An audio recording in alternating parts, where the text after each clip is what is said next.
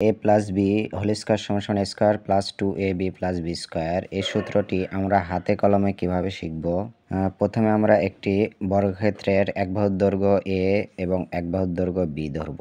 এরপরে বর্গক্ষেত্রের এক বাহুর এরকমভাবে এ ধরে নেব, এরকমভাবে বি ধরে নেব।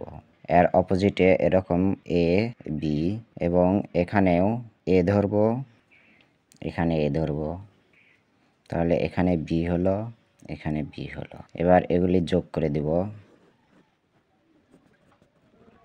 তাহলে আমরা জানি বর্গক্ষেত্রের ক্ষেত্রফল সমান সমান বাহু স্কয়ার। তাহলে যেহেতু দুইটা বাহু ধরছি এ বি, তাহলে এ বি স্কয়ার হয়ে গেল। এরপরে আমরা জানি আয়তক্ষেত্রের ক্ষেত্রফল সমান সমান দৈর্ঘ্য গুণন প্রস্থ।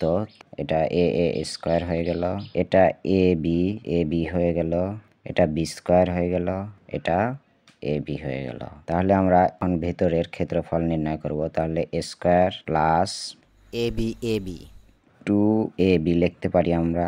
এরপরে প্লাস বি স্কয়ার।